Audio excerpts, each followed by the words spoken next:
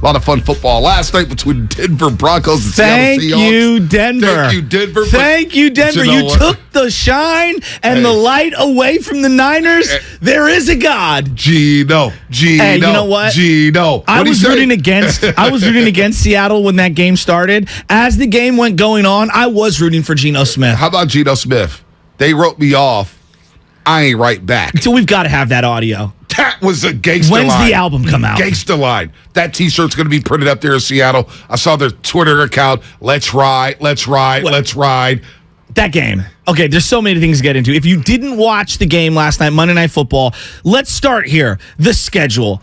What are the chances that Russell Wilson is going to leave the Seattle Seahawks, and in the very first year of him leaving, it just so happens the AFC West plays the NFC West? Like I texted you guys in the thread last night, the NFL has a WWE feel to their schedules. Because when Willard brought up Deshaun Watson coming back and that game is in Houston, I mean, come on, man. And what are the Baker odds? Mayfield playing in Carolina week game one is against Cleveland. Trey versus Justin Fields, week 1 in Chicago, Jimmy's hometown. Like, how do you make this stuff up? It happens all the time in the NFL. They wrote me off. I ain't right back, though. Oh, that was so good. I ain't right back. Let's go.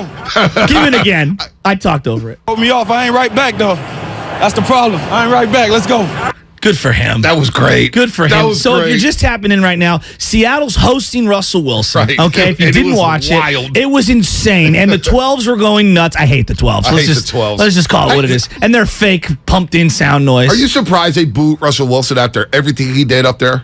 I am a little surprised because Richard Sherman did a podcast where he was talking on the volume, and I like Richard Sherman's podcast. I listened to it. I think he's really good. He's got a co-host who kind of sets him up. It's a good podcast. But I ain't forgot how Sherman left the 49ers. No, both are true. Both are true. No doubt. But I like Richard Sherman, and he was like, look, the Seattle fans are going to clap him up when he first gets there, and then they'll boo him the rest of the game. That never happened. Right? That never happened. He left out the tunnel. He left out the tunnel. They booed the hell out of him. Well, it did feel like when Richard left, when Earl Thomas left, even when Marshawn left, they all left because the team was like, we're done with you. Whereas it felt like Russell Wilson left because he was done with them. Right. Well, and there was some disconnect with him, Pete Carroll, John Schneider, the GM up there. He leaves. And look, we all agree that it was time for him to leave. It was time to just start a new chapter in Seattle Seahawk football. Now, it's going to be interesting to see what happens with Bobby Wagner when he goes up to Seattle as he's playing linebacker for the LA Rams. But Denver blew opportunity after opportunity. 2 goal line stands by the Seahawks, a couple fumbles, one by Melvin Gordon, one by Javonte Williams, and, of course, the clock management at the end of the game. Baffling when you have a veteran like Russell Wilson who's walking into Canton, Ohio, and Nathaniel Hackett. How do you let 30 seconds just elapse off the clock and then say to yourself, we're going to attempt a 64-yard field goal? A 64-yard field goal to try to win the game. Let's get right into it. So part of why Russell Wilson wanted to leave and do his own thing, this player empowerment thing. He has been talking about how he wants more ownership of the offense, B. Right. Here's the exact quote, and this is what Russell Wilson told Peter King. Now, B, you love hoops. I love hoops. Yep. This has a Kyrie vibe to it. I want you to hear it right here.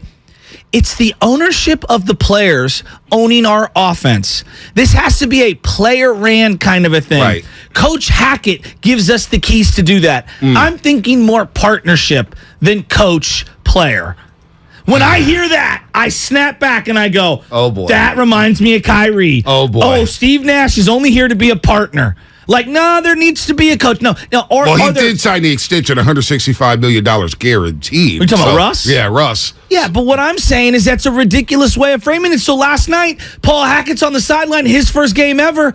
Who's making that decision? I don't know, but here, you want to hear something funny? And look, I'm seeing the Comcast Business Text line. By the way, good morning to everybody out there getting off the graveyard shifts, getting ready for it, getting off of work. If you're at work, what is happening? Good morning to YouTube, Twitch, and the Comcast Business Text line. We will get to Kapler and Zach Littall. That's coming.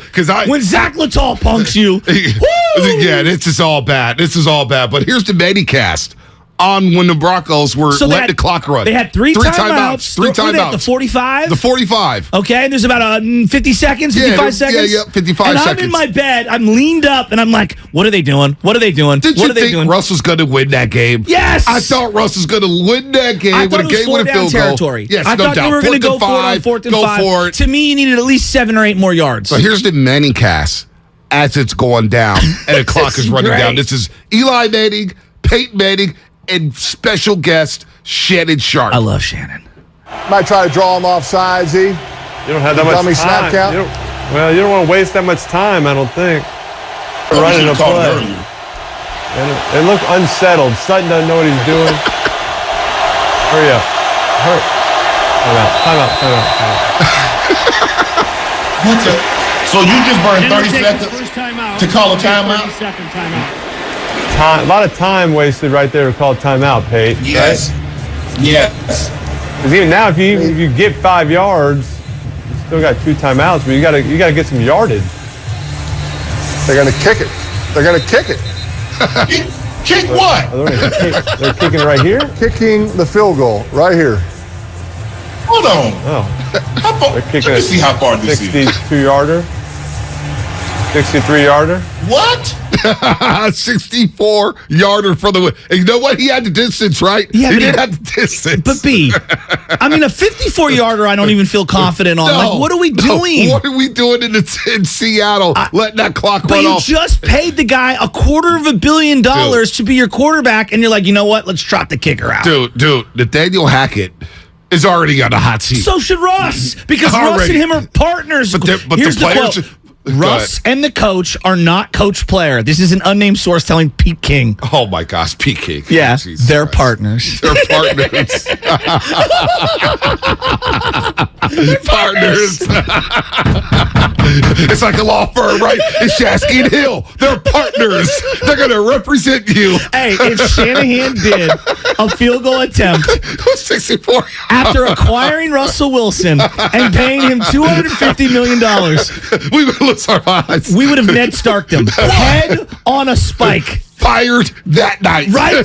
That night. Could you imagine doing that for Eddie DeBartolo? Nathaniel Hackett's first ever game is Hackett. Now, where did he assist? Because we know about his dad, the legendary Paul Hackett, Yeah, but I who think got he's at fired from UC USC. Davis. They have UC Davis ties, if I'm not mistaken. Oh, gosh. I don't know if it's him or the dad. I forget. I was like, when the clock is running down, and I'm sitting there. I thought they were at least going to go for it. I thought I was tripping. Yeah. I was like, all right, I'm jet lagged. Something's up. But everybody knows clock management. If you play video games, even at the surface level, Right. you understand clock management. If you, watch the NFL and the greatest orchestra of all time, a.k.a. Peyton or Tom Brady or Right. any of these guys, when it gets to 2-minute time, which now it's more like a minute, Right. a minute marching downfield, we all can tell it takes about 7-8 seconds, give or take, for a passing play to go down the field. What were they doing? So Nathaniel Hackett was the OC in Green Bay the last 3 years. So he's been coaching with Aaron Rodgers, who's a master when it comes to clock management. A master. We saw what happened last year, week 3 at Levi Stadium with Aaron Rodgers. And what was it, 37 seconds? They go right down the field to kick a game-winning field goal. Devontae Adams, a couple big catches there. What? I just don't. Like, that's your first ever game as a head coach, and you go down like that. And by the way, the goal line plays. Gun runs at the inch line? Yeah. I can't get a quarterback sneak. I can't get somebody to go over the top. You run gun runs? Well, offensive coordinator Russell Wilson thought that was the right play. Oh, my gosh.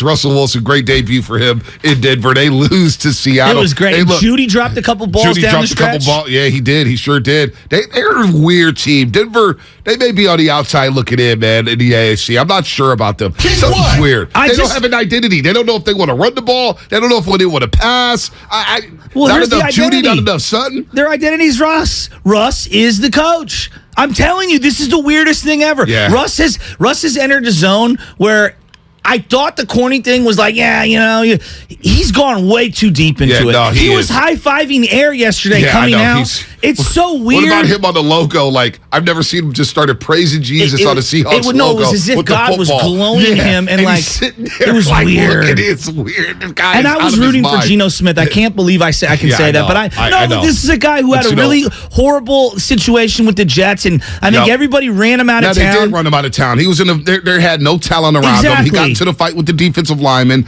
I like Geno. I'm a Geno fan, I was dude. pulling for him. I thought him. last year he played tough behind that terrible offensive line. He goes out there and wins the job over Drew Lock. And you know what? We all watched Seattle, and we said to ourselves yesterday, Sunday's going to be a body bag game between the Niners and the Seahawks. Oh, it was physical. It was physical. Guys were coming off left. Wooten got his collarbone broken on a basic tackle. He smacked KJ Hamler. I saw that. He depleted him. They hurt his own damn shoulder. Dude, Seattle's flying around hitting it. That's one thing we know about Pete Carroll teams. I can't stand him chewing the gum. I can't stand him walking up and down the sidelines. Oh, on the goal line stand when he jumped up and down, or when they won the game. It's such a Cialis commercial when they show it in slow motion. He's like, yeah! There were so many people happy for Seattle. Richard Sherman, Doug Baldwin subtweeting. I don't know what Russ did to make everybody hate them up there, but I'm on to Seattle.